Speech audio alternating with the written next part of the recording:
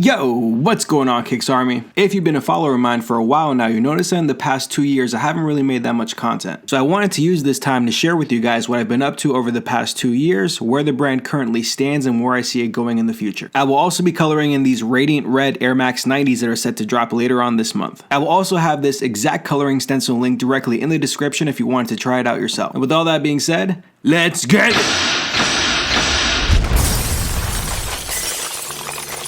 Before we get into the main topic of this video, I wanted to go ahead and talk about the sneaker real quick. This is the Radiant Red Air Max 90, and it's set to release on November 9th in Asia, and then it should follow in the US release within a week or two after. I think the colorway's fire. It certainly gives off infrared vibes with the black upper mesh. If I had money to splurge on myself this holiday season for 130 bucks retail, I would certainly go with these. Unless for whatever reason the hype on these are crazy, in which case I'm gonna have to take another L. Which for some sick reason is part of the fun. Let me know what you guys think of the sneaker down in the comment section below. Now, where in the flux capacitor have I been? So a quick recap. I was making content pretty consistently up until the end of 2018, and then from November 2018 all the way up until August 2019 I didn't make any videos. I made about 5 videos that month, and then it wasn't until June of 2020 where I uploaded again for the first time. And now we're November of 2020 where I'm just finally starting to get into the swing of making YouTube videos again. I want to take a minute to explain what was happening in my life in between those periods where I wasn't uploading any YouTube videos. So let's go back exactly 2 years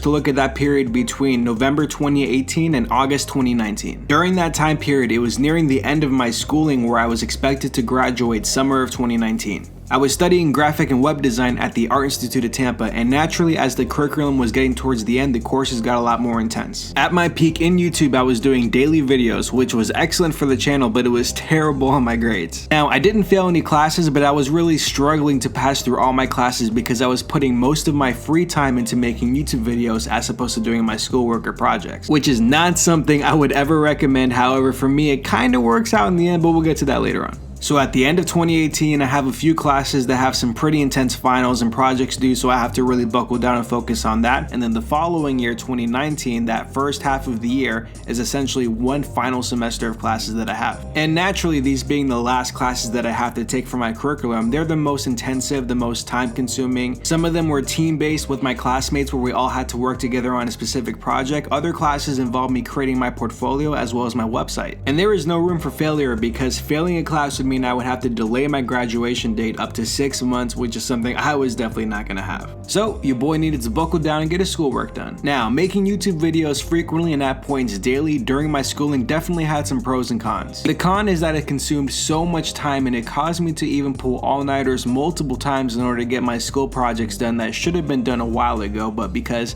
I was focused on making videos, I really put it off to the very end. That's on me. However, the pros to doing all those videos is that one, it definitely grew the brand during that period. It also helped me use some of the tools and some of the applications that I was using in school in a different way that genuinely interested me because it was my brand, and that allowed me to get much better much faster. So even though I had really constrained the amount of free time that I had to work on my school projects, my metaphorical sword was sharpened from all the work that I've done prior, which allowed me the skills to execute on these concepts in a much quicker pace. Now, here's the problem. About a month before graduation hits, I decided to take initiative and reach out to all the local design agencies in the major cities that I live by. The goal was to get some one-on-one time with some of the designers of these agencies and see about the things I need to improve in my portfolio so I can earn a job working at the same agency. I go into a lot more detail on this on my 2019 graphic design portfolio video, which I'll link in the eye in the top right corner. But the general consensus is that I would have to redo my entire portfolio and change up a lot of the projects that I included if I wanted to show that my skill level is warrant of that of a starting position. Talk about a punch to the stomach. And this was really disappointing to hear, not because it was the truth, but because I remember how much time I quote-unquote wasted making YouTube videos instead of working on my damn schoolwork. But despite all that, I was fortunate enough to land a job with a smaller agency just a week after I graduated in June. And to me, this was huge. It's like, finally, after all this schooling, finally I have that big boy job where I can actually make some money and pay off all the bills that I have instead of accruing debt. And I'd be working as a graphic designer, you know, the thing I studied for, the thing I supposedly wanted all my life, and everything would be great. And then reality hits, and I can finally start to see past this fog of endless homework assignments and hourly wage jobs. See, I had held the assumption that once I was able to land a full-time job, I would be able to allocate more time into my side business KicksArt than I would before. I wouldn't have the constant anxiety and stress of having to fulfill homework assignments and doing projects. I figured once I'm done with my job for the day, I can just go home and work on KicksArt. And then I can slowly spend time growing that over the years until I can eventually hop into it full time. And while that was all true, the reality was much more complex. I'd realized that Monday through Friday, I would be working an 8-hour shift plus an hour lunch break in between. So that's 9 hours, but we also have to factor in the commute from my parents' house, which is an hour and a half both ways, which means 12 hours of my workday are going to be taken up by my job. And in order to make any progress on KicksArt, I need to do work either before work or after. Trying to squeeze in any work for KicksArt before I left for work in the morning was going to be difficult because A, I'm not a morning person, and B, I have to fit in some kind of exercise somewhere, so it might as well be in the morning. Which means if I'm ever going to make any advancements in KicksArt, whether it be new videos or stencils, both which take a decent amount of time, I'm going to have to do that after work, which means after a 9-hour shift plus 3 hours of driving, assuming there's no overtime, which most of the time there was. Which meant on average, I would usually have between 11 p.m. and 2 a.m. in the morning, sometimes up to 4 a.m. in the morning in order to do my side work for KicksArt. Because ultimately, I would have to wake up at 9 a.m. to do everything over again. Now, don't get me wrong, I wasn't ignorant to what it would actually take to work a full-time job that also required a decent amount of commuting, but it was a huge surprise to me to realize after the first week working at this new job that I had waited my entire life for, that if I had stayed with this job another year or two, I would be extremely unhappy and likely depressed. And it had nothing to do with the job, it had everything to do with what I wanted to do with my life going forward. There is no better motivation than desperation, and the clock is ticking. So in August of 2019, after I recently just started working at my job, I started to pump out some YouTube videos. I made about 5 videos that month. However, I quickly realized that if I wanted this to be something I can sustain going forward, I need to be able to make diversified revenue streams in order for me to actually grow this up into a bigger business.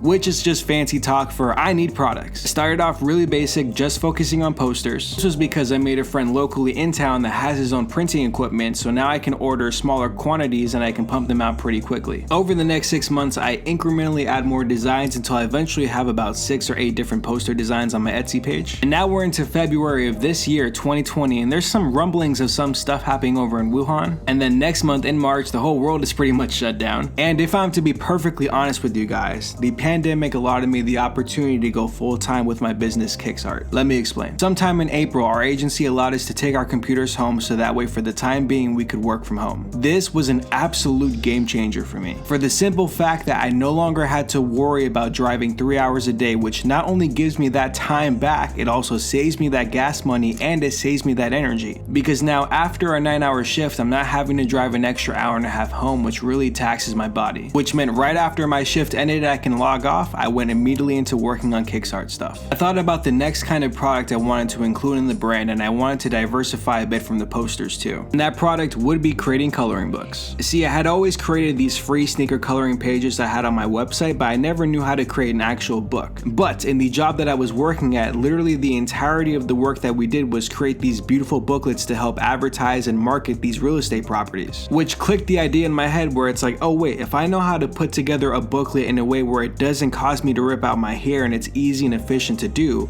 why can't I make the ultimate sneaker coloring book for sneakerheads? And thus the Air Jordan coloring book was created, and at the time of publishing this video, I also created the Nike coloring book as well. I also sell sneaker sticker packs on my website, which means I finally have a decent sized catalog of products that I created for the brand, which has been a huge revenue stream and has allowed me to do what I'm doing right now, which is legitimately being a full-time artist and content creator. And even just saying that seems unbelievable, but it was also calculated because I don't require a lot of income every month in order to sustain what I'm doing right now. I live with my parents, which means I don't pay rent, and it also allows me to put away extra money for my student loans. I don't have a wife, a girlfriend, or a kid, so by default there's a lot of savings there. I really don't spend a lot of money. I don't eat outside. The only video subscription service I have is Amazon Prime, but that almost doesn't even count. And I'm so beyond blessed and thankful for the position that I'm able to be in. The goal for KicksArt going forward is fairly simple. In terms of the coloring stencils, I would like to reach 1,000 as we've recently just passed the 500 mark. In terms of my online shop, I would love to add another 4 or 5 more coloring books next year, as well as more posters and sticker packs. As far as video content, I plan on making a lot more YouTube videos and staying consistent with TikTok. If you are on TikTok and not already following me there, make sure you go ahead and check your boy out. I'm hoping to be able to attend more sneaker conventions next year and really grow the brand, assuming the country is ready for that kind of stuff. And if I can just earn the minimum income required in order to pay off all my bills, I would be one happy camper for sure. If you'd like to support me on my journey, the simplest thing you can do is just watch the YouTube videos, use the website as you see fit, tell people about it who would find it useful. From there, you can become a Patreon supporter if you wanted to submit stencil requests for as little as $1 a month, or you can just hop on my website and just buy whatever products you like. If you guys have any questions or suggestions for future content, make sure you go ahead and leave a comment down below. In the description, you can find the links to my online shop as well as for all my social channels. And if you like the video, make sure you go ahead and hit that like button. And if you like these style of videos and you have not already subscribed, make sure you hit that subscribe button. And with that, I will see you all later. Love you guys. Peace.